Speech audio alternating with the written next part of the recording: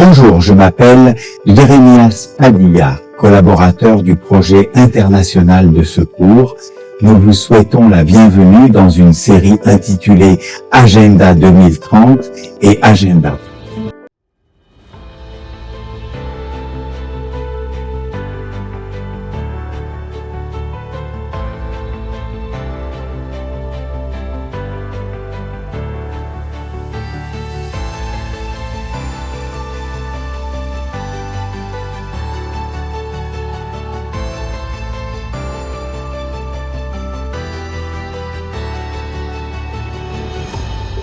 Cette fois, nous allons discuter de ce sujet et la révolution industrielle sera une bénédiction pour l'humanité.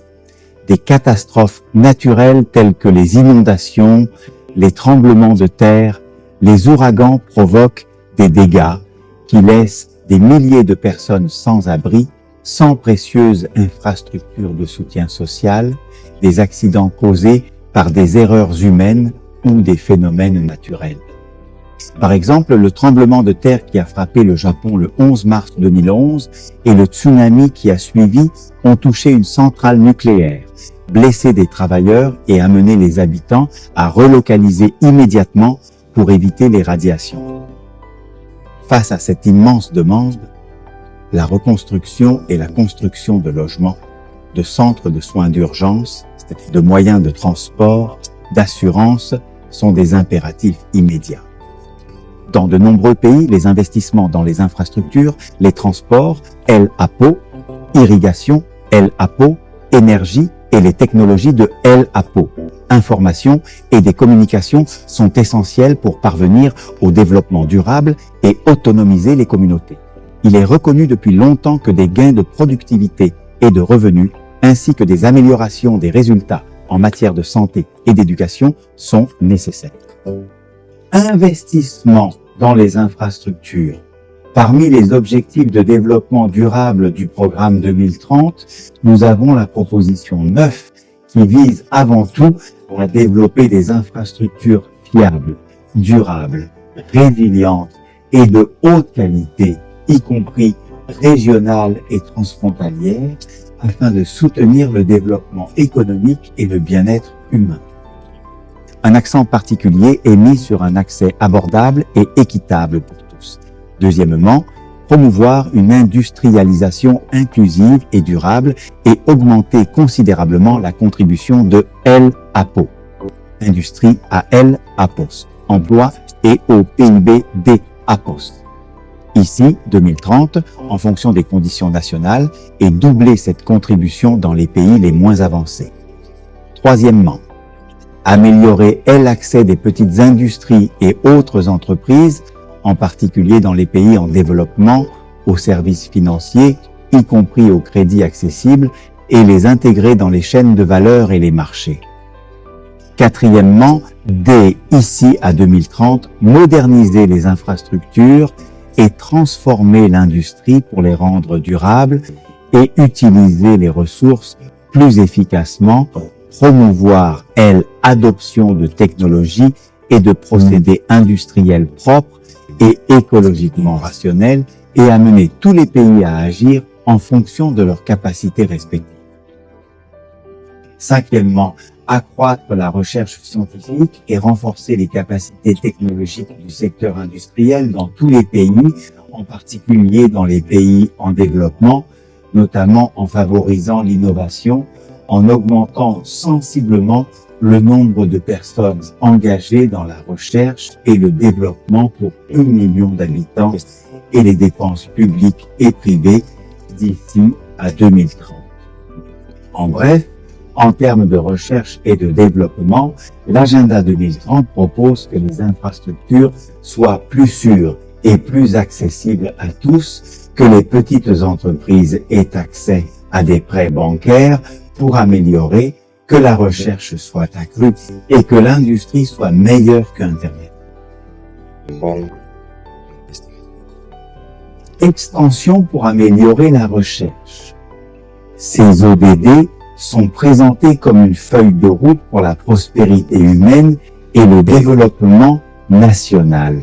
mais en se concentrant sur la science de l'accumulation de richesses sans tenir compte de la dignité humaine ni des créateurs et auteurs de toutes les sciences. Quel sera le résultat? Les attributs sacrés comme la justice, la pureté et l'amour sont remplacés par l'oppression, la violence et la brutalité quand les gens s'éloignent de Dieu. La Bible montre dans Genèse 1, 26, 28 que Dieu a donné à l'homme la domination sur toute la création.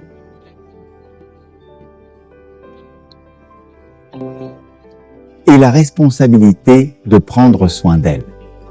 Alors que la Bible souligne l'importance de la création et de ses soins, le chapitre 9 de la Bible peut donner la priorité à la croissance économique et à l'industrialisation sans considérer suffisamment les impacts environnementaux. Le psaume 241 dit que le Seigneur est la terre et sa plénitude, le monde et ceux qui y habitent. La Bible nous rappelle que la terre appartient à Dieu et que nous en sommes les administrateurs et non les propriétaires. Au D9, la préoccupation portant sur l'industrialisation doit être cohérente avec la durabilité environnementale et, malgré certaines affirmations, en réalité c'est tout le contraire, le travail est une profession et non pas un simple moyen de production. Les hommes devraient être maîtres de leur travail et non esclaves. Dans Genèse 2,15, Dieu met l'homme dans le jardin d'Éden pour cultiver et préserver. Le travail est un don de Dieu, pas une obligation. La DO S9 peut se concentrer sur l'efficacité et la productivité sans tenir compte de la dignité du travail et de l'importance de la satisfaction personnelle au travail, ainsi que de son importance dans la préparation éthique. La Bible dit dans Colossiens 3:23 que tout ce que vous faites, faites-le avec votre cœur, comme pour le Seigneur et non pour les hommes. La Bible nous appelle à travailler avec passion et objectif et à rechercher la gloire de Dieu. ODS 9. Il faut tenir compte de l'importance de la satisfaction et du sens au travail, pas seulement de l'efficacité économique liée à la justice sociale. Et la répartition des richesses. La Bible nous appelle à être juste envers les pauvres et les nécessiteux.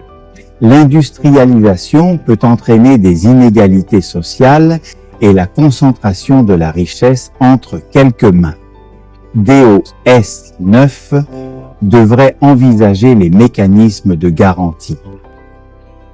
Les avantages de l'industrialisation sont répartis justement et équitablement. Comment vous le promettez? Tout en suscitant les ambitions égoïstes du cœur naturel, la Bible nous met en garde contre les dangers de la cupidité et de la recherche de richesse aux dépens des autres. XS9, il faut considérer l'éthique de la richesse, empêcher l'industrialisation de devenir un moteur de la cupidité, permettre la proclamation des principes évangéliques liés à la communauté et au bien commun. Éphésiens 4, 1 à 6 appelle à l'unité et à la communion entre nos frères. L'industrialisation peut entraîner des divisions sociales et une perte de communauté, où DS9 devrait considérer comment l'industrialisation peut contribuer à la cohésion sociale. 1 Corinthiens 12 nous enseigne désormais que chaque membre de l'Église est important et a un rôle à jouer. Et 109, il doit empêcher l'industrialisation de déshumaniser le travail et de devenir un système d'exploitation des travailleurs en favorisant la publicité et l'éducation. Enfin, sur la priorité à la santé globale. La Bible dit que tout ce que vous mangez, buvez ou faites, faites-le pour la gloire de Dieu. L'industrialisation de l'alimentation, les usines qui affectent le bien-être social sont dangereuses pour la santé générale. Ce sont des insultes à Dieu qui nous appelle à le glorifier, même sous les soins de la machine de la vie. En résumé, les gens de 2030 se concentrent sur des objectifs égoïstes, sur la prospérité et la richesse sous les plans et les idéaux des hommes. L'agenda divin donne la priorité au développement moral de l'humanité, bien qu'il ne s'oppose pas à la technologie et à la créativité humaine. Cependant, il doit atteindre des objectifs divins et non des ambitions mondaines et égoïstes. Chers amis, ceux-ci seront toujours les solutions aux problèmes de l'humanité dans ceux qui accomplissent leur but. La Bible dit qu'ils viennent de Dieu et que dès qu'ils disent paix et sécurité, la destruction viendra soudainement. Par conséquent, je vous invite à vous livrer aux mains du Créateur et de l'univers. Comment est-ce possible? Par la prière, aujourd'hui, je veux prier pour vous. Accompagne-moi et prions, cher Père, que nous marchons vers toi en ce moment. Merci pour la bénédiction que vous nous avez accordée, car vous nous avez fait comprendre à ce stade que, bien que l'humanité ait proposé la solution aux problèmes du monde, vous avez proposé la seule vraie solution il y a longtemps, et que la paix et le bonheur ne peuvent être trouvés que dans ce monde turbulent, et que ceux qui nous ont fait confiance mettent leur vie entre vos mains. Parmi tous ceux qui ont entendu ce message et qui ont décidé de chercher l'espérance, il a écouté, soutenu et renforcé, guidé et éclairé la vie de ceux qui prient aujourd'hui. Nous prions, Amen, cher ami. Si ce message est important pour vous, ne cessez pas de le partager avec les autres. Si vous souhaitez en savoir plus, veuillez suivre les pages ci-dessous où vous trouverez plus d'informations précieuses pour votre croissance spirituelle et morale en ce moment. Vous pouvez également nous contacter pour des conseils et des soins spirituels. Bénédiction. Nous vous verrons lors de la prochaine présentation.